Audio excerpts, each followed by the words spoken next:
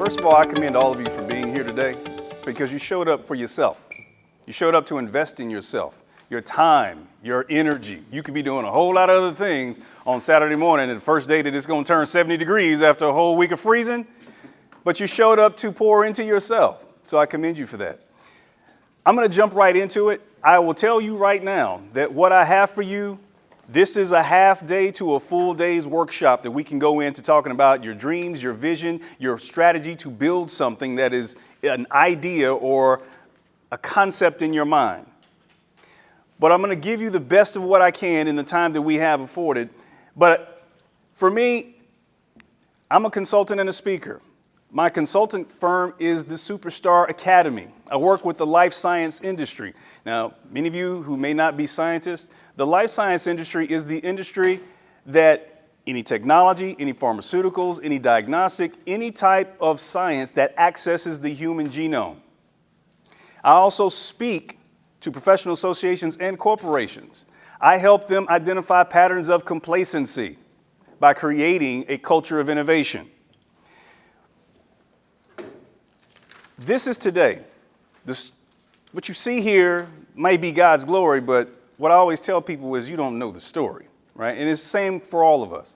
Now, I'm from Madison, Texas. I'm going to attempt to snatch any excuse that you have for any vision or any goal that you have, and we all come up with those excuses or, well, I got this to do and time and all this stuff. I'm going to attempt to snatch that away from you from the very beginning. I'm from Madison, Texas. Anybody know where that is?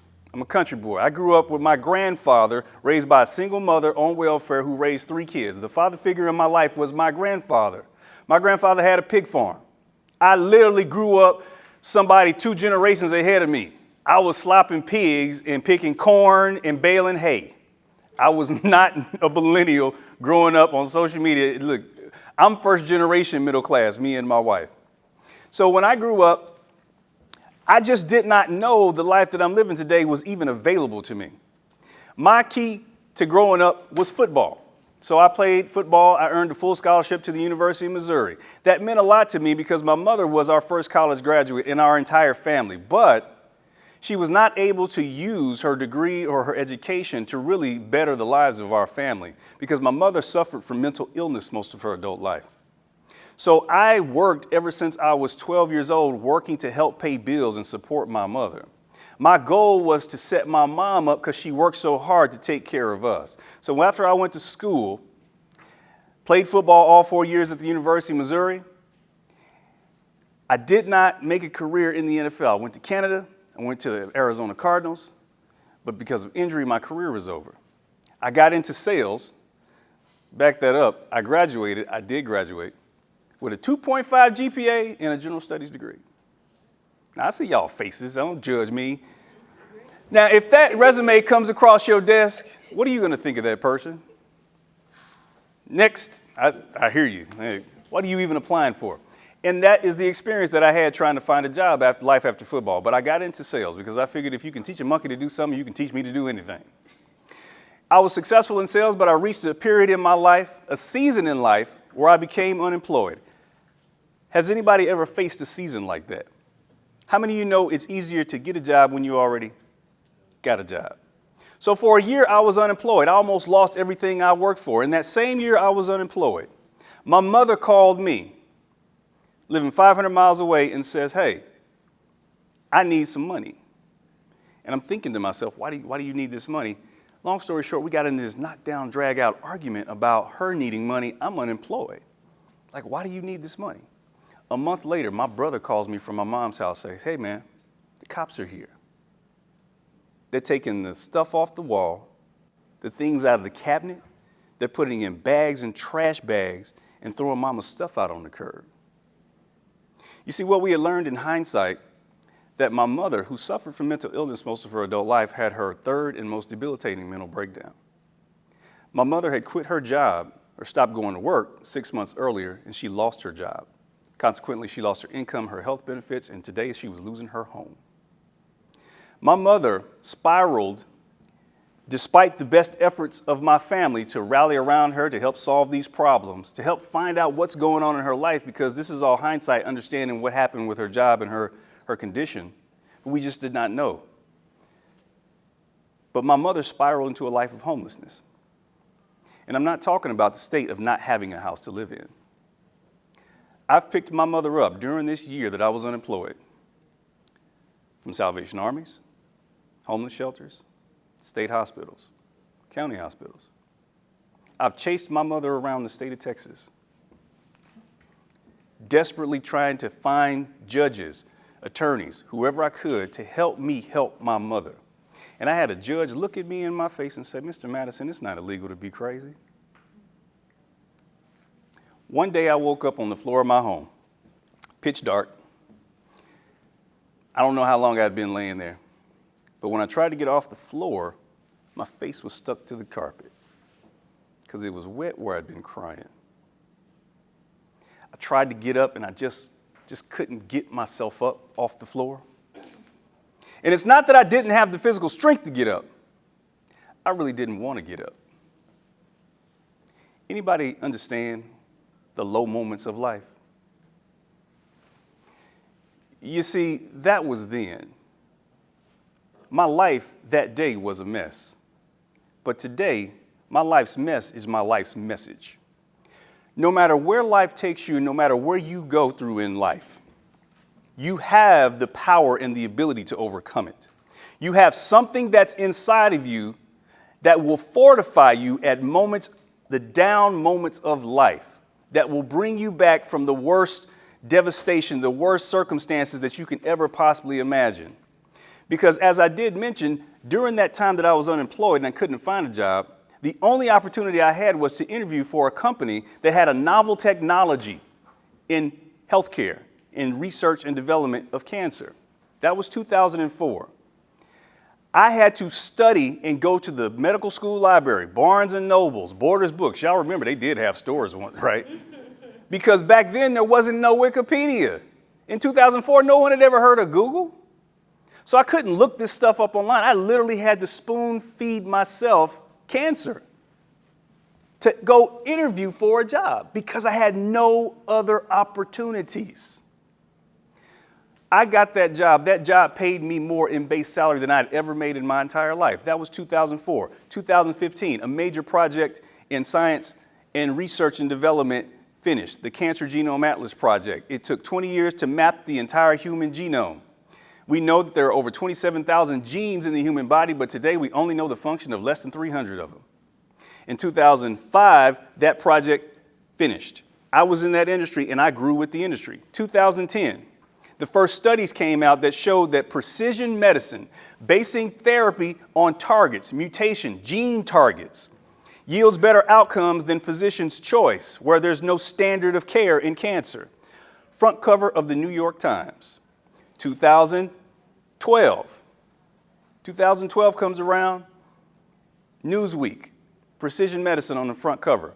Time magazine, precision medicine on the front cover. In 2014, President Obama and Joe Biden launched the Cancer Moonshot Initiative, which is the government's backing of cancer research and development of precision medicine. Today, I am a genomic sales expert. I've left the industry where I've grown. In my last company I worked for, I was a senior vice president for a company based out of Los Angeles. I now have a consulting firm that works with these startups that have little known technology, novel technology that they're trying to bring out of research and commercialize. I work with them to help scale their organizations. And I speak in organizations and professional associations about the power of innovation and building an innovative culture. That's me and my story. But I know you have a story too. And your story is just as powerful, just as impressive, more impressive than my story or anybody else's story.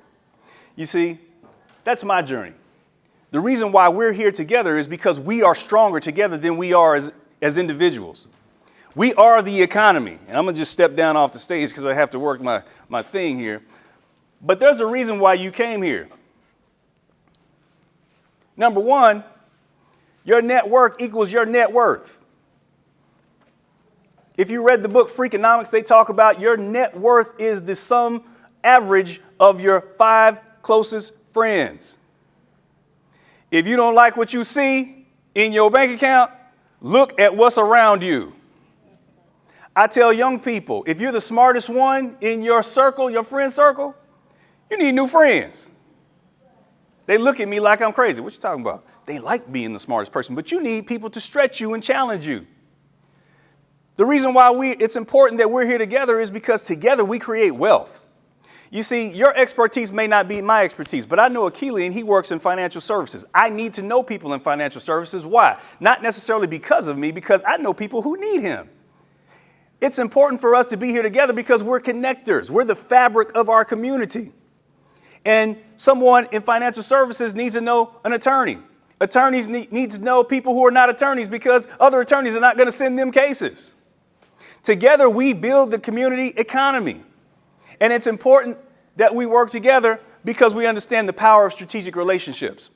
Perfect example in business today is AT&T.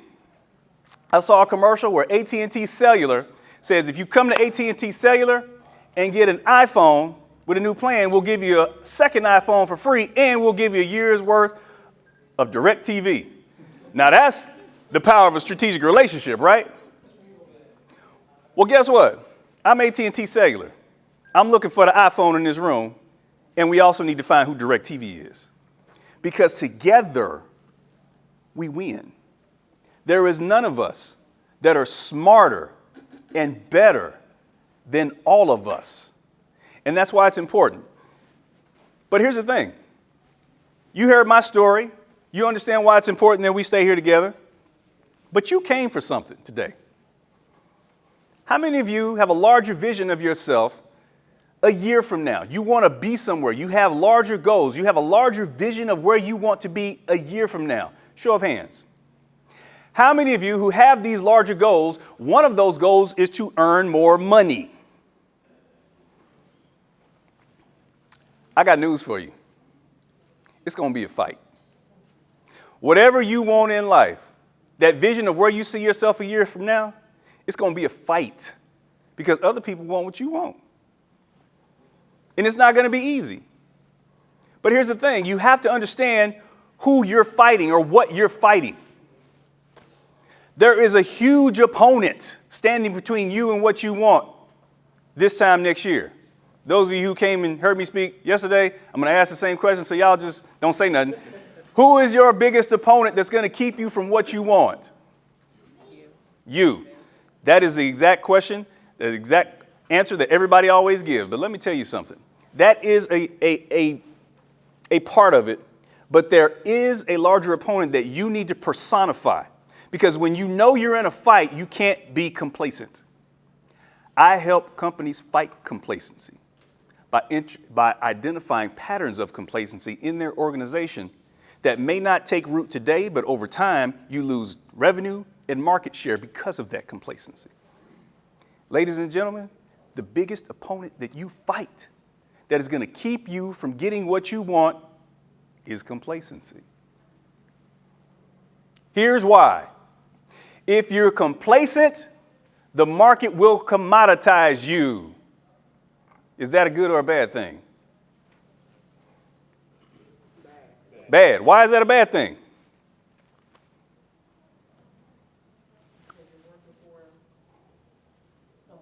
I see the wheels turning. What's that? Why is that? Well, here's the thing. It's okay to work for somebody, don't get me wrong, because there's a lot of great opportunities working for organizations. But let me make this clear for you why complacency is bad because you become commoditized. All the market forces in the world want you to be a commodity. And if you are complacent about your professional brand, about your professional development, or your business, you will become a commodity. Here's why. If you run a business, you're a business owner, or you work for an organization and you manage a business unit, your customer wants you to be a commodity. Why would the customer want you to be a commodity? You're not unique. You can't charge any extra for being just like the guy on the other side of the street. Paya, hello world. You see, when you're a commodity, you're not different. You're just like everybody else. And if the customer sees you as being just like everybody else, that allows them to make their buying decision based on the lowest common denominator, which is usually price or location or a referral from a friend. How many of y'all got a referral from a friend and did business with that person or that business and it wasn't about nothing? Right?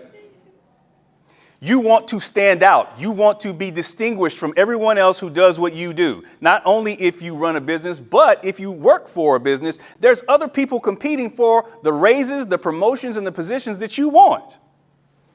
How are you going to distinguish yourself? So the customer wants you to be a commodity. There's someone else who wants you to be a commodity, your competition.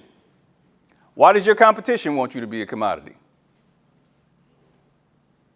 They want you to be a commodity because if they can convince everyone that you're just like everybody else, they can separate themselves as being special, different, and charge a premium for their services and earn more money in less time than you do. Your customer wants you to be a commodity. Your competition wants you to be a commodity. If you work for someone, your employer really wants you to be a commodity too. Why?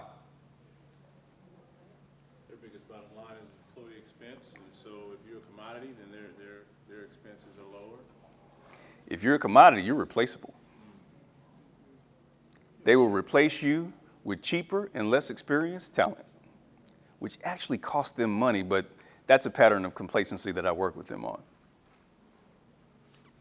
Complacency is the biggest opponent that we all face in the room. And if you want the things on the top shelf that you've never been able to reach before, if you have a vision of yourself that is larger, that inspires you, but you know you're not there yet, the opponent that you fight is being complacent about your vision. And no matter what your vision is, no matter how compelling your goals are, all of it means nothing if you don't have the right mindset and a strategy to get there. So what I want you to do is that you came here for something. You heard the title of this presentation. You follow the Empower series. You came here hoping to get something. So I want you to set an intention. What do you hope to leave here with today? What do you hope to gain? And I want that to be your focus to make sure you get it. And if you don't get it, grab me after and say, hey, you didn't give me what I was looking for. But set an intention.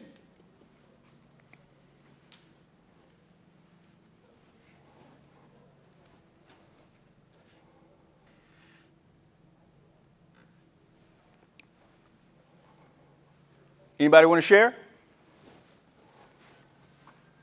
It's okay if you don't. It's personal. Yes, sir. My intention is to gain insight, to be more productive. Thank you. Anyone else? Focus. Focus. Good segue into where we are now. In order to accomplish a vision, you got to define the vision. Yes, ma'am. Sorry. Okay, so mine is moving from activity to accomplishment. Many people do believe that activity equals productivity. We're going to get into that right now. In order to get what you want, you have to be able to define the vision. And sometimes that's the hardest part. Can anybody tell me, because I used to be confused about this too, can anybody tell me the difference between a vision and a goal? I think a goal, I say a timeline, as achieved measurement. Very good, yeah. Yeah. Anyone else? Yes. I see a goal as a timeline and a vision as a destination. I like that. I used to believe that my vision were the things that I wanted, the car, the house, the vacations, the things that I wanted, the accoutrements that made life more enjoyable, right? That's what I thought my vision was. But goals aren't vision. You guys did a great job in defining that. But my vision, what I've learned, your vision is how you see yourself. You see, you have a vision of where you want to be this time next year. Goals are important, and we'll go over that in a minute because they keep you on track. Les Brown says you don't get in life what you want, you get in life what you are. You need to become the person who can accomplish the things that you want to accomplish. You need to become the person who can attract the people who have the resources, opportunity, and information to help you open the doors that you need to experience the things that you want to experience in life. So when you define the vision, the first thing you have to do is make a decision. Now, my lovely wife, Kimberly, we have this thing that I've learned because I've been married for 8 years. We driving down the highway, maybe coming back from church, and I'll ask her in plenty of time, what do you want to eat? Now, my wife will answer that question by saying, well, I don't want this. I don't want that. We pass a restaurant, and it's, we drive 20 miles to church, so I understand there's plenty of restaurants. Whoa, what about this? I don't want that. Now, my question was, what do you want? But the way she's answering me is telling me everything she doesn't want. But in my learned wisdom in being married, I've learned that might be a good thing, because many times the last thing you find out is the first thing you need to do. Sometimes it's a process of elimination when you're trying to define your vision. You need to think about the things and be clear about what you want, and sometimes that means identifying what you know you don't want. In order to make room for what you want in your life, you need to be willing to step away from what you don't want. That's more than a statement. Because some things that we don't want, we like. Some things aren't good for us, but they sure are good to us. Relationships, habits. We want to get to the vision of where we see ourselves, but we know that person wouldn't put up with the things that we put up with today. We want to get to the vision of the person that we see ourselves being, but that person that we see ourselves being cannot do that with the habits that we have today. So we have to be razor sharp focused on what our vision is and how we see ourselves, because that speaks to us and informs us of what we need to do today. Those questions up there, write those down, because maybe you don't have the answers to these. But a powerful statement by Tony Robbins. He says, the quality of the answers that we get in life are determined by the quality of the question that you ask. The quality of the answers you get in life are determined by the quality of the question that you ask. What do you want more of? This goes into defining a vision. Now, the first time I was asked that question, everything was my answer. I want more of everything. I want more fun. I want more love. I want more joy and all that stuff. And that's great. Those things are good. But when you're defining a vision and you're trying to get somewhere, you need to be razor sharp focused on what you really want. So what do you want more of? Secondly, what do you want less of? Less procrastination, less debt, less foolishness, less stress.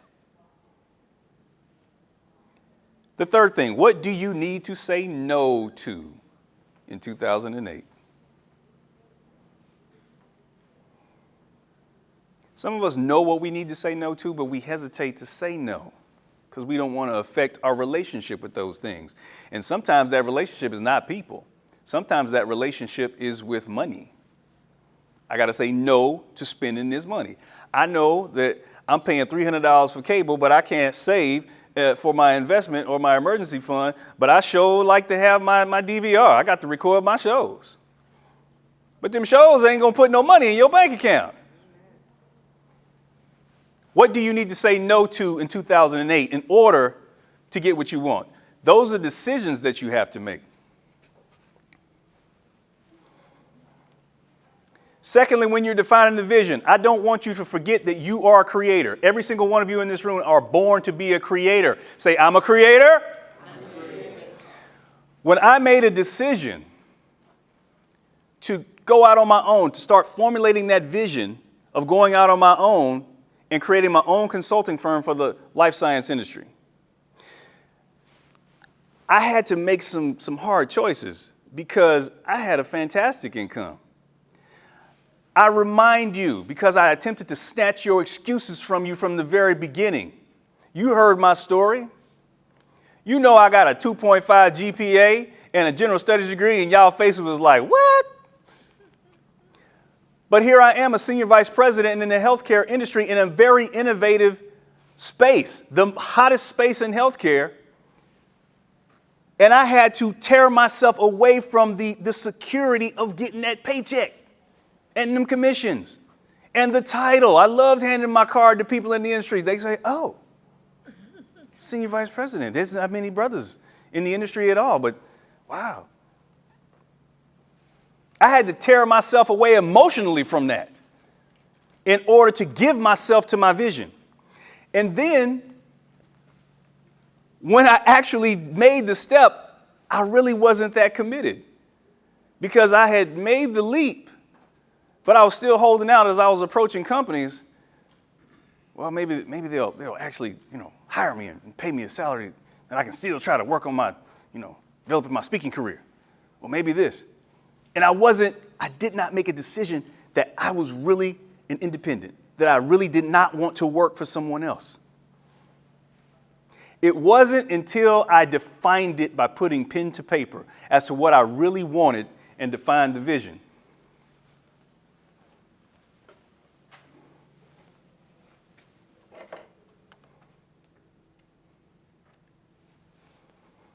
Don't take your creative power for granted. Everything that was ever created had to be written first. This table, and clothes you got on, this building. Somebody had to write something. Somebody had to physically put something on paper.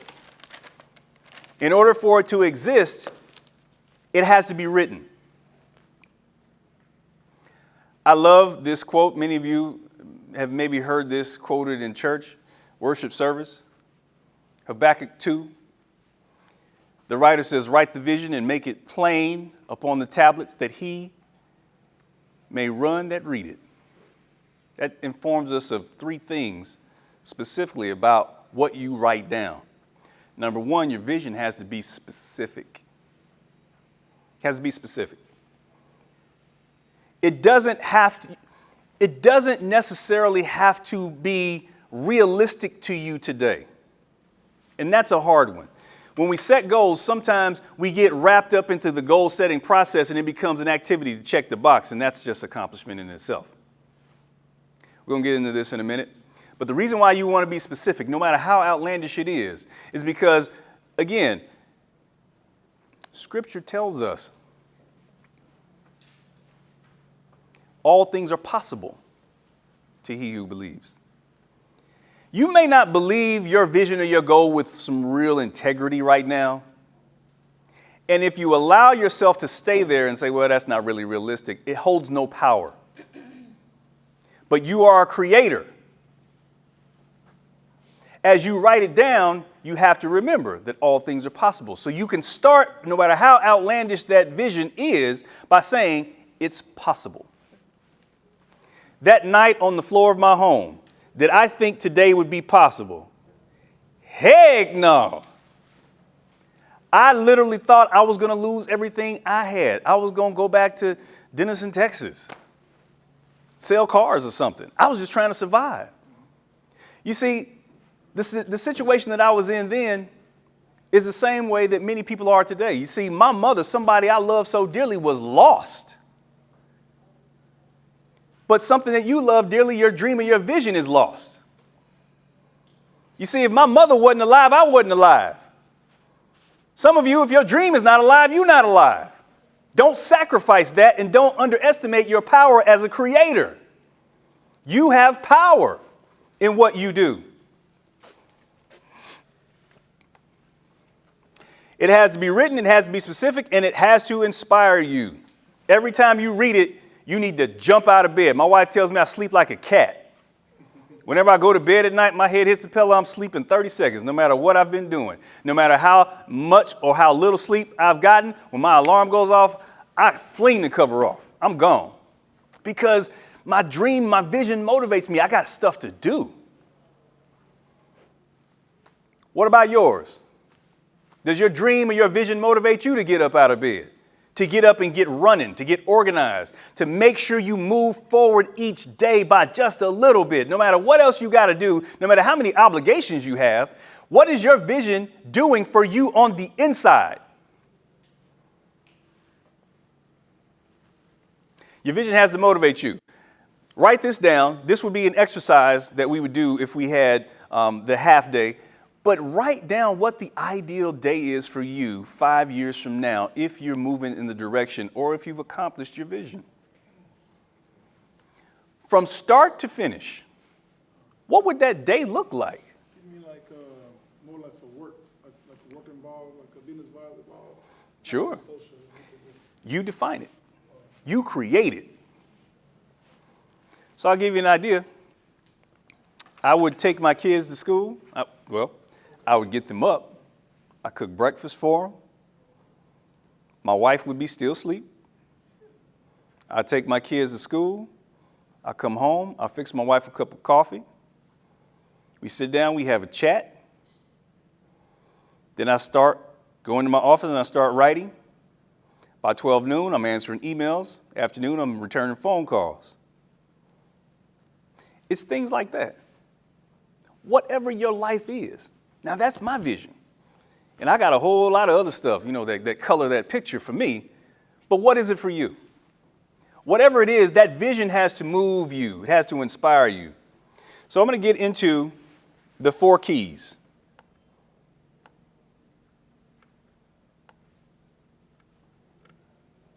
The 4 keys to accomplishing any vision.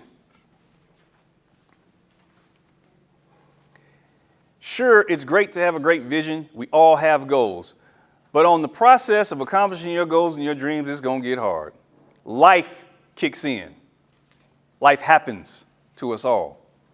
Setbacks, misfortune, stuff we didn't think about. But the thing that's going to keep you focused, that's going to keep you a certain level of tenacity in you to keep moving toward that dream or that vision is understanding why you want what you want. Why do you want what you want? Why is it important that it's now? Why is it important that you do something now? Not next year, not next month, now, today, something that moves you toward that goal. And there's so many areas that you can do that.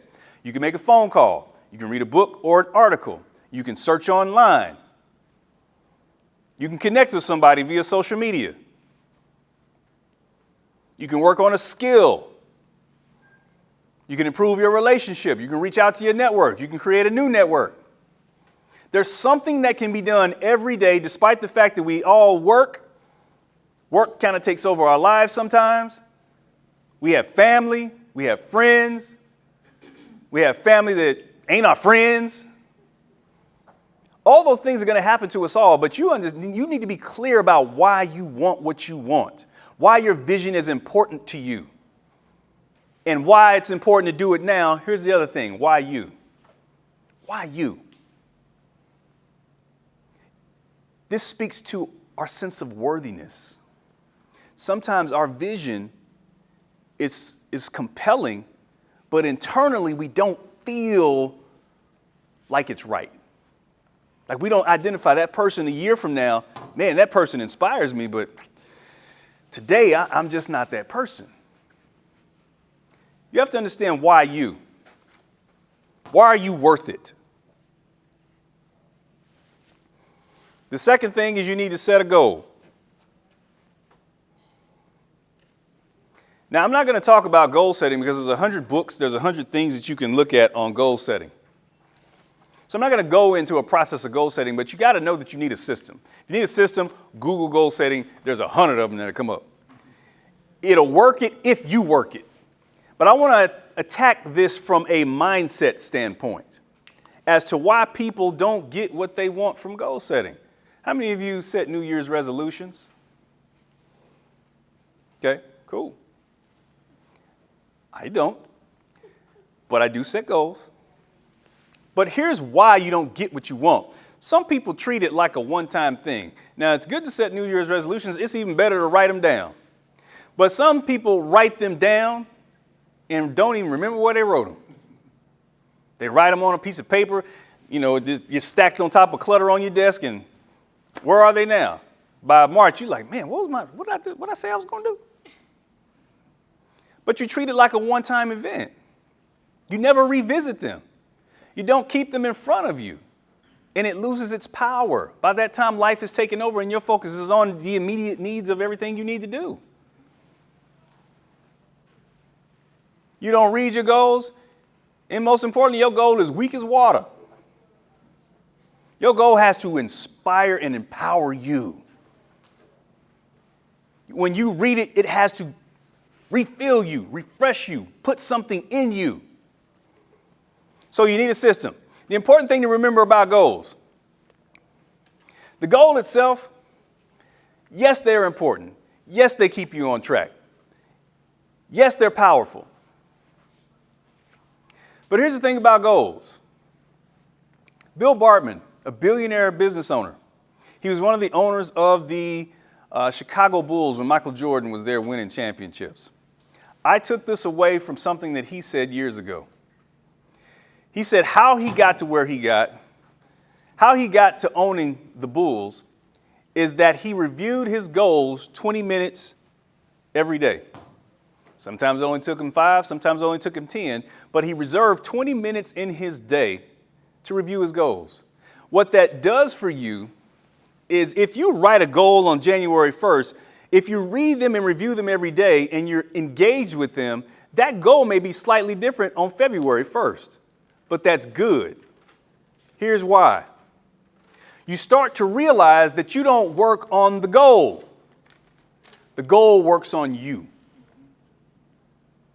As long as you're keeping these things in front of you, you start to transform. Your mind and your subconscious starts to work on that goal when you're not actively engaged in that goal. It's the picture of the iceberg. If you can metaphorically envision that on the screen of your mind, the iceberg, what we see above the water, is only about 20% of the iceberg. But 80% of that iceberg's mass is below the surface of the water that we cannot see. That is a metaphor of how your mind works on your goal and your vision. Consciously, you're only actively conceiving about 20% of your brain's capacity and your potential. But if you keep it in front of you, the 80% of that goal and that vision is your subconscious. And when you're asleep, your mind is working on that thing. If you keep that goal and that vision in front of you, if you're actively engaged in it. So your goals can't be weak. You can't write them and forget them. You got to read them and be consistent about what you're doing. Third key to clarity and focus is you need discipline.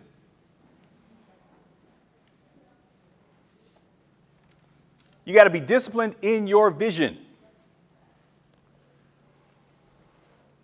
Discipline, a lot of people equate that to, a negative thing, but it's got to be disciplined. You see, even when I was working for an employer and I enjoyed my work, I liked what we did, but there was nothing that could tear me away from the vision every single day of what I was going to do and what my life was going to be like when I'm not working for them. Would I be doing the same things? Absolutely. You see, I understood that I had the capacity and the talent to make millions for them, and they paid me handsomely. But I also knew that same talent, that same knowledge, I owned. So if I did that for myself, maybe I made 10 million for them, but I'll be cool with just $1 million for me because it's all for me. You have to be disciplined in your effort. You can't stop. It's an everyday thing trying to reach that goal or that vision. And you have to be disciplined with the fundamentals of your craft. What we're talking about is mastery. You see, the enemy of greatness is good. You ever anybody say, oh, I'm good. I'm good. A year from now, they still good. But what can you do to improve yourself? Even if you have a great skill and somebody tells you that you're good at something, how can you improve that skill in order to be amazing? Right? Yesterday, I told the folks that we were speaking to that I loved to sing growing up, and I used to run track in high school. And, I was back in the 90s, that's when hip hop was coming up, but we still sang. So our track team, we was notorious. Everywhere we went, it was like the boys from Denison, they could sing. So we would get together and we start singing like between the prelims and the finals, we had the lunch period, right? So people told me I could sing. And that's all I wanted to be is good, because all my goals was to have girls come up and tell me I was cute and I could sing. That's all I wanted. Even today, my wife tells me, boy, you missed your calling. You could have been somebody. But if I would have taken that talent seriously and tried to master that gift, man, I could be Babyface today or somebody. You know what I'm saying? Never too late. Never too late. Yeah, man. Give me a couple fellas. We can do this thing. Maybe not Babyface. Okay. I could have been like a member of a group. Guy in the back. Who he don't ever lead, but he all right. So you have to be disciplined. The fourth key to clarity and focus is mentors. Everyone who is great or considered the best in the world at what they do has a mentor or a coach. I never forgot from that time, that night on the floor. It's through that experience and recovering from that experience and changing my mindset to get clear and get focused, not on what I wanted to become today, but just clear and focused on what my next step was. Because as you accomplish one thing, as you accomplish one goal or one vision, the vision doesn't stop, it just grows. So just don't stop. And then it's important to find yourself a mentor or a coach, because that's the shortcut to success. Mentors are there to hold you accountable. They're there to teach you the path that you want to try, the experiences that they had, because without a mentor or a coach, you're just going to go bump your head and stub your toe to the point where you might get tired and quit. But if you have a mentor or a coach, they make that path much easier to navigate. These are people who I consider my mentors. Kenny Lattimore, people used to tell me I look like Kenny Lattimore. We obviously are from the same tribe, because I've seen him on a couple of different occasions, and he's become a friend, and he encouraged me. We were talking several years ago about writing books. He wanted to write a book. And I saw him years ago when I wrote my first book, 101 Star Points, and I told him about it. He told me he wanted a copy. And that's him. He's signing my copy and giving it to him. That was a monumental moment for me, to have somebody like him that I looked up to pour into me when I was only thinking about something. It was just a possibility at that time. But he, someone who's accomplished, said, man, you need to do that. You have it in you to do. And then coming back and showing him that, he was very proud of me. Top left, Joe Bogus. I'm working on a podcast now for salespeople. This guy in 2015 and 2016 had one of the number one podcast downloads in the world, 85,000 downloads a month. He taught me how to create a podcast and launch a podcast. Keep that in mind, because I want everybody to help me with that in a few months. This guy over here, Victor Antonio, one of the number one sales speakers in the world. I was working a conference with a mentor of mine, and he was one of the featured speakers. I got a chance to get the microphone and warm the crowd up before someone came up. I was working with him behind the scenes, talking to him about how he did things and how he did it. But when he heard me get on the mic, after he finished, he came to me and said, man, you have the speaking gift. Don't waste it. What? This dude is one of the number one sales speakers in the world. He's telling me I have a gift and don't waste it? Marsha Weeder, 4 times on Oprah, America's Dream Coach. Willie Jolly, Willie and his wife Dee. My wife, Kimberly, and I got a chance to sit with them in their house. They gave us a signed copy of his last book, Sex, Love, and Money, Make It Last. Eli Davidson, Del Toro McNeil, one of the top speakers in the world right now. He is my mentor, my father in the speaking business. Brendan Bouchard, the Millionaire Maker. Laura Langmeyer. I've done business with her. Fantastic woman. Smart woman about making money. This guy right here, Dr. Dennis Kimbrough. This comes full circle for me. This is a very important moment in my speaking career because in that process when I was in school and I couldn't make a living playing football and in my self-pity, one of my first mentors gave me Think and Grow Rich, A Black Choice. When I didn't have any idea what I was going to do, I couldn't get a job. People told me I stink with my 2.5 GPA and my general studies degree. But that book was the first book I ever read that changed my life. Last month, the last Empower series, he was the speaker. And I was able to go up to him and tell him this story and thank him for his work and the profound impact that it had on my life. And by the way, Dr. Kimbrough, next month, I'm the speaker for the Empower series. What can you do? I'm sure most of you have a better GPA than I had. You have a more impressive resume than I had. Maybe you didn't have the struggles that I had, but you have struggles too. You see, all those things make you who you are today, and you have to own them. You don't let those experiences own you. Whatever it is that you want to accomplish, whatever goal you have, whatever dream you have, I'm here to tell you it's possible. My life is now dedicated to pouring and planting seeds into other people, to stretch your mind, to stretch how you see yourself and what's possible for you in your life and in your business. I have a daily question for you that I want you to write down, and it's helpful if you put it into your calendar that pops up at a certain time of the day to remind you of who you are going to be in the future. That vision. This daily question keeps that vision in focus. That daily question is, how would the person I would like to be do the things I'm about to do today? How would the person I would like to be do the things I'm about to do today?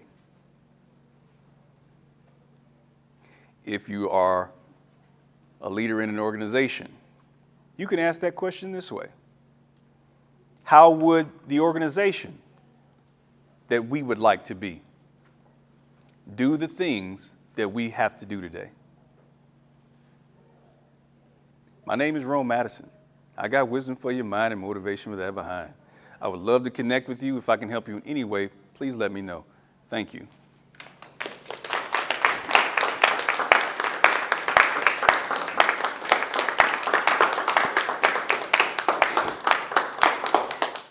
I know that you talked about your start getting into life sciences, and then you did a little timeline about the process up to 2015. But in that time, did you experience any severe hardship just within your industry, or a time where you thought like maybe I need to redefine my vision or anything like that? Was there any times like that? Could you kind of briefly explain? Absolutely. Almost every year. The biggest thing was, once I got the job, that's the first thing. I got the job. Then I was like suffering from that self-doubt that how am I, a person with 2.5 GPA general studies degree, okay, I did it well enough to get the job, but now I have to go up to physicians, oncologists, surgeons, pathologists, PhDs who are molecular physicists, and tell them how to use this information. I'm going to do that, right? Events that happened in life. Some years were good, some years weren't so good. But it goes back to everything that we just talked about. Understanding why you want what you want. Having that deep-seated belief in yourself that it's possible. And if you keep your eyes focused on the vision of the person you want to be and really think, okay, if I need to do that, what needs to happen for me to accomplish those things? And then you cannot escape doing the work. Not only the academic work, but the self-work, right? Fortifying yourself, surrounding yourself with people who pour into you and people who don't doubt you and tell you, what you doing that for, man? You could be doing something else. You really have to be sensitive to what's around you, you know, because garbage in, garbage out. So you are making millions of dollars, a paycheck, regular paycheck. How do you step away being an entrepreneur? That's very scary. Yeah, it is. How do you make yourself say, this is what I want, commit to it, and said, you got the support from your family, go for it. How do you get that through your head every day and say, hey, I make the right decision. I need to focus and get this, do this. It's a daily struggle, still today. Last year, I cannot believe I worked all this time with my crazy GPA and degree, working to get to an executive level. And last year when I was engaging companies to work with them and see how we can create a relationship to work in as a contractor, 7 times the company couldn't figure out, why would we hire you for 3 to 6 months? Well, we don't have a budget to hire you right now, but we do have a regional vice president position open. So why don't you come work for us in this capacity and we can just kind of use you how we want to. That was hard for me because I worked all this time to get to that level. And now I'm telling people no, right? It wasn't even possible in my mind 10 years ago that I would even make that kind of income. But now people are offering me these types of deals and I'm telling them no because of how I see myself. Okay. You have to, it's about you and who you think you are, not what anybody says you are. No, you have to really define that vision and be comfortable about who you are. It's about who you are. And you have to make everybody else see you as you see yourself. Because if you let them define you, if I let people define me based on my degree, based on my GPA, based on all these other factors, I would have never gotten there. But this is who I am, and you have to stand in your power of who that is. That's how you get there. And it's an everyday process. It's an everyday thing. We got time for one more question. Who wants to bring it home? I appreciate the insight, and I didn't expect any less. But Rome, what is your process for staying on top of industry knowledge? Obviously, you've compiled a great collective of information. Yeah. How do you continue to renew that? What's that process look like? I'm glad you asked that question because especially in molecular oncology, it's called personalized medicine, genomics, if you will. I started several years ago. So after a while, and here's something I shared yesterday. It's called thinking like a 1%er. If you read a book, an article, an industry blog, or you followed a thought leader or somebody, and every day you sought out some information, to just read it for 20 minutes a day. If you did that consistently for 20 minutes a day, how would you position yourself a year from now? And you can pick any specific topic, annuities, stocks, hedge fund, whatever. You can know everything there is about that. So for me, with genomics, remember I started in 2004 when it was, even before it was a thing. The Cancer Genome Atlas projects finished in 2005. So in that process, I learned all the knowledge there was to learn there. So then it was easy to stack it on. So a new study comes out, I can read a study like that. I read about 2 studies a day on CAR T therapy, immunotherapy, breast cancer research, targeted therapies, vaccines, everything in the knowledge. And I put that out on LinkedIn. Now CEOs and people like that, they follow me. So now I've started to write blogs about the industry, speaking to CEOs and CCOs about the problems that I know that they deal with. So that's going to be a series that comes out. So how you do that is just you start small and just continue to absorb it, because after a period of time, there's no new information that you really don't know or you're not familiar with. And most people aren't going to do it. They're not going to do it.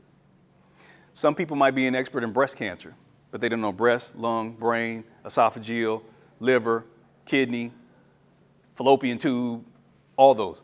Every single one, I know the standards of care, I know how they treat them, I know which doctors it's important to, and I know how to create conversations with these people, because it still sells at the end of the day. I know how to create conversations with these people, and that's what I give to these life science companies, who a lot of time their CEOs come from tech or any other thing, and they're not as experienced in the industry. That's my value to them. And you can do that in your industry with anything. Same process. It's about solving problems. We get paid to solve problems.